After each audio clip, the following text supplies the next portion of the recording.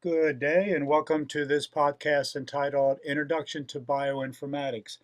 What we're going to accomplish this week and moving on into the next several weeks is a discussion and exploration of how computational biology, also known as bioinformatics, is used in the practice of medicinal chemistry. So let's get started. A little bit about bioinformatics. It's basically defined as the application of computer and computational sciences to the field of molecular biology. And as I mentioned a minute ago, it's also known as computational biology.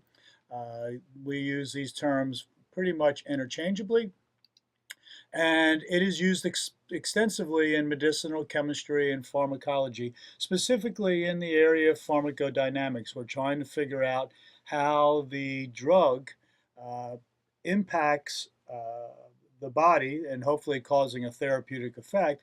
And what we need to do is we need to be able to use bioinformatics to help us figure out how the drug might interact with some component of the body, typically a protein receptor. And we really are going to use bioinformatics. You've seen a little bit of this already, but we're really going to use it for protein structure and protein analysis. We're also going to use it for a little bit of genetic analysis, and that's what we'll focus on this week before we move into uh, some of the more challenging aspects of bioinformatics. So again, bioinformatics is a very generic term, and fundamentally it's the use of computers and computer science and computational science uh, for as applied to biological systems, and that includes medicinal chemistry. The graphic that you're seeing there, by the way, is a graph of the 22 chromosomes in the human body. And so what you should notice is how they are ordered from 1 to 22, and they're ordered from the longest. So number 1 is just arbitrarily the longest one. Number 2 is the second longest one going down to number 22. And notice that there is an X and a Y chromosome as well. You should know by now that you get one X chromosome from your mother, and you get either an X or a Y from your father. And if you have two X's, you're a girl. If you have an X and a Y, you're a guy.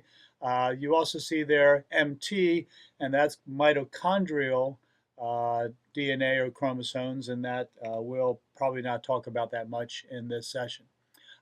You should know, by the way, about chromosomes, and you'll need this to know this for the labs this week. Notice that there are basically two parts of the chromosome divided by the little dot in the middle, and that's known as the centromere. The top part is known as the P, the letter P, the P arm, we call it, and the bottom half is known as the Q arm. So you've got a P arm and a Q arm, and you'll need to know that for the labs we do this week. We'll talk a little bit more about that in the demo sessions. Okay, the primary way that bioinformatics happens is through use of bioinformatics databases, and there are a ton of them. We'll choose several of them for use in this course, but if you are a bioinformatics specialist, if your degree is in bioinformatics, if you have a job as a bioinformatics specialist, that fundamentally means you know these databases inside and out. You know what kind of data is contained in there. You know how to access that data and make sense of it. So again, heavy use of databases. These are typically stored on large computers. So when you're doing bioinformatics, you are typically accessing remote computers that have this information stored on them. The good news is most of these databases are available to the public, and they're available free of charge. Some of them you do have to register and have a username and a password, but it's free. Others of them, it's just you just access them and get the data. So on these large databases, there's genome data, there's protein structure data, and you'll have a chance in this next several weeks to be able to access these bioinformatics databases and try to make sense of what you're seeing. You've already had a little taste of that with the Protein Data Bank database. Okay, we're going to use a variety of databases. We're going to use Ensemble. Notice, by the way, how that's spelled, Ensembl, and the site for that is ensemble.org. And that is the European Bioinformatics Institute, or the EBI machine. Very powerful machine, has a lot of excellent data on there. And you see it, by the way, listed over on the right-hand side under my database links. It's about um, almost all the way to the bottom. Notice that all of these databases provide information as you get an ID number for whatever structure you're looking for, and you'll need to become very familiar with some of these ID numbers. Okay, the little closer to home up in Bethesda, Maryland at the National Institutes of Health is NCBI, the National Center for Biotechnology Information. And again, that's part of the National Institutes of Health, specifically the National Library of Medicine. And so that's the NCBI is part of the National Library of Medicine, and which is in its part of the National Institutes of Health. One of my favorites is OMIM, the Online Mendelian Inheritance in Man database. And if you know a little bit about basic classical genetics, you know you studied Gregor Mendel and what he did with peas and all that kind of stuff. Okay, so OMM is going to be a really useful tool. You're also going to use the Human Genome Mutation Database, and this is a database that, as the name suggests, stores information about mutations that will happen to genes. And by the way, for this one, you do need to register. You do need to get a username and a password. So we'll show you how to do that at the appropriate time. You are already familiar with the Protein Data Bank, PDB, which contains either X-ray crystallography structures of data or NMR data of protein structures. And again, you've had a little experience in using that particular data bank. Okay. SwissProt, again, I think you've had a little chance to see this database. This again contains a lot of protein data, and we will use the SwissProt database for the labs this week and maybe even next week as well. Okay, some of the bioinformatics tools. Okay, excuse me for a minute.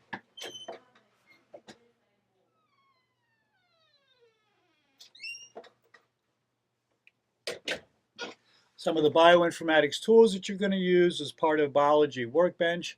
Uh, and this is a tool that's specific to the Biology Workbench. It's pronounced Engine, and this is used to perform a search for either a genetic sequence or protein sequence or a protein structure. Okay. BLAST is a bioinformatics tool that you use to find a sequence or protein that matches some sample sequence or protein. So for example, if you have a chunk of DNA and you want to find something that matches that or comes close to that, you would use BLAST. By the way, the Bioinformatics for Dummies book is a real book. It's excellent, and if you're in Barnes & Noble and want to pick up a copy, I would encourage you to do that. Clustal is a bioinformatic tool that is used to align sequences to one or more sequences of proteins, and we're going to have you do a little Clustal alignment during this week's lab. ASSTATS, again, I think you've experienced this one a little bit. This shows the amino acid percentages for a given protein. You should remember that proteins are sequences of amino acids. There are 20 amino acids, and we would want to know what percentage of them of a protein is alanine or valine or glycine, whatever the case may be.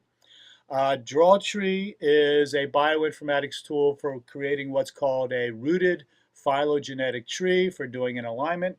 And what we're going to do in the lab, for example, is we're going to find a protein structure for humans, and we're going to align it with the protein structure in a mouse or a rat, and we're going to see how closely those proteins match up with each other.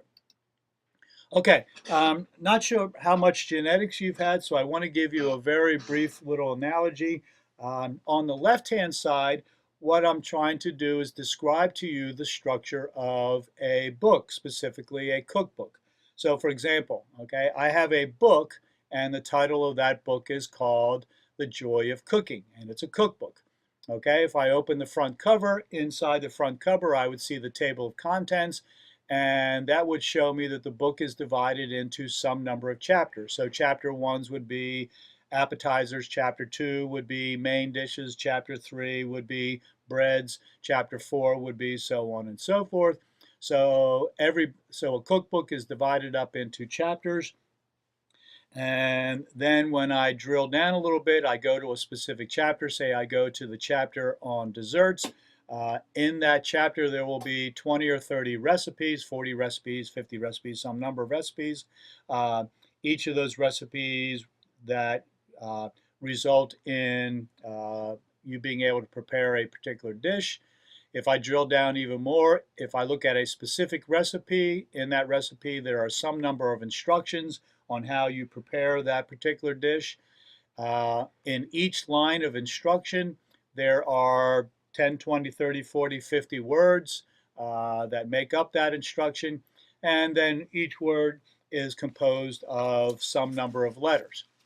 Okay, and the analogy there is that's exactly how we can describe the genetic structure of organisms. Okay, for every organism, we have what's known as the genome. So there is the human genome. There is a mouse genome. There's a rat genome. There's a guinea pig genome. There's a fruit fly genome. So every organism has a genome. Okay, if we drill down further in that genome, okay, the next level down is chromosomes, and you should know that humans have 23 chromosomes. They have 22 chromosomes and then either the X or Y chromosome, okay? And it's actually 23 pairs because you get a chromosome from your dad and a chromosome from your mom, but basically there are 23 chromosomes, okay? Other organisms, for example, mice have 19 chromosomes plus the XY chromosome for a total of 20. Okay, on each chromosome there are some number of genes. Okay, and genes are similar to a recipe. So a gene is the recipe for a specific protein. So for example, if I want to, there's a gene that gives me the instructions for how to make hemoglobin, or a gene that gives me the instructions on how to make myoglobin, or any of the other proteins that you took a look at several weeks ago. Okay. Um, the next level down on each gene, there's what's known as exons or introns, and these are the instructions that are used, the specific instructions for that result in the protein. Exons are instructions that are expressed or actually used. Introns are instructions that are there but aren't necessarily used, so they are ignored. Okay, um, breaking down further, exons and introns are made up of the words in there are the amino acids, and you should know that there are 20 amino acids, uh, and then going down even farther, there's nucleotides. These are also known as base pairs. So these are the adenines, cytosines, thymines, and guanines, A, C's, T's, and G's. So these represent the letters of the um, the amino acid. So uh, keep this analogy in mind as we're going through some of these databases and you get confused with what you're looking at. We'll refer back to this chart and maybe this will help you make some sense out of what you're seeing. Okay, a little bit about bioinformatics and medicinal chemistry. This is a snapshot of a book, Bioinformatics, going from genomes to drugs. So how can I take information from, say, the human genome and translate that into the creation of drugs? So basically a knowledge of and I'm simplifying here, obviously, certainly a knowledge of the genome leads to knowledge of proteins, okay? A knowledge of the proteins leads to a knowledge of potential receptors, places where I can put a drug in and have that drug interact with that receptor and hopefully result in some useful therapeutic effect. And what we're moving towards won't happen in my lifetime, but it will in yours, I hope, is what's known as personalized medicine. So basically, which says um, knowledge of your genetic profile, okay, and everybody's genetic profile is a little different because of mutations. You'll see a little bit of that here. Um, so knowledge of an individual's genetic profile will lead to what's known as a personalized medicine. So what's going to happen in the future is you'll have an ID card, and there'll be a little magnetic strip on the back of that ID card, and that magnetic strip will contain your entire genetic profile. There's about 3.2 billion base pairs in the human genome. Okay.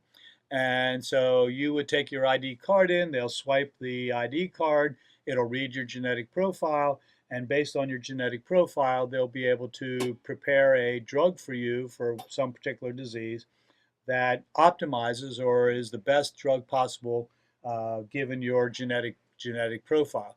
We're a ways away from that yet, but I imagine that this will happen in your lifetime, um, and you'll be the ones that will be doing that. Okay, we're going to do a demo case study using a variety of these bioinformatics tools. We're going to use angiotensin. Angiotensin is actually a series of small proteins. There's angiotensin 1, 2, 3, 4, 5, 6, and 7. And these are responsible, angiotensin proteins are responsible for the control of blood pressure, blood vessels. And I just got ahead of myself there. And of course, the medical importance of that is control of blood pressure. Okay, so the angiotensins are receptors or proteins that control the expansion and contraction of blood vessels in your body, and that has a direct effect on blood pressure. And because of that, drugs that interact with angiotensin proteins are used to control blood pressure. Okay, so the Thursday night demo, we're going to look at Ensemble, we're going to look at OMIM, we're going to look at HGMD, we're going to look at Biology Workbench, and we're going to look at the Protein Data Bank. And then for the lab this week, I will give you a different case study with a different uh, medically important protein, and it will be your job to replicate what we did on the Thursday night demo using these bioinformatics tools to try to be able to say something intelligent about the protein that I give you for the lab this week.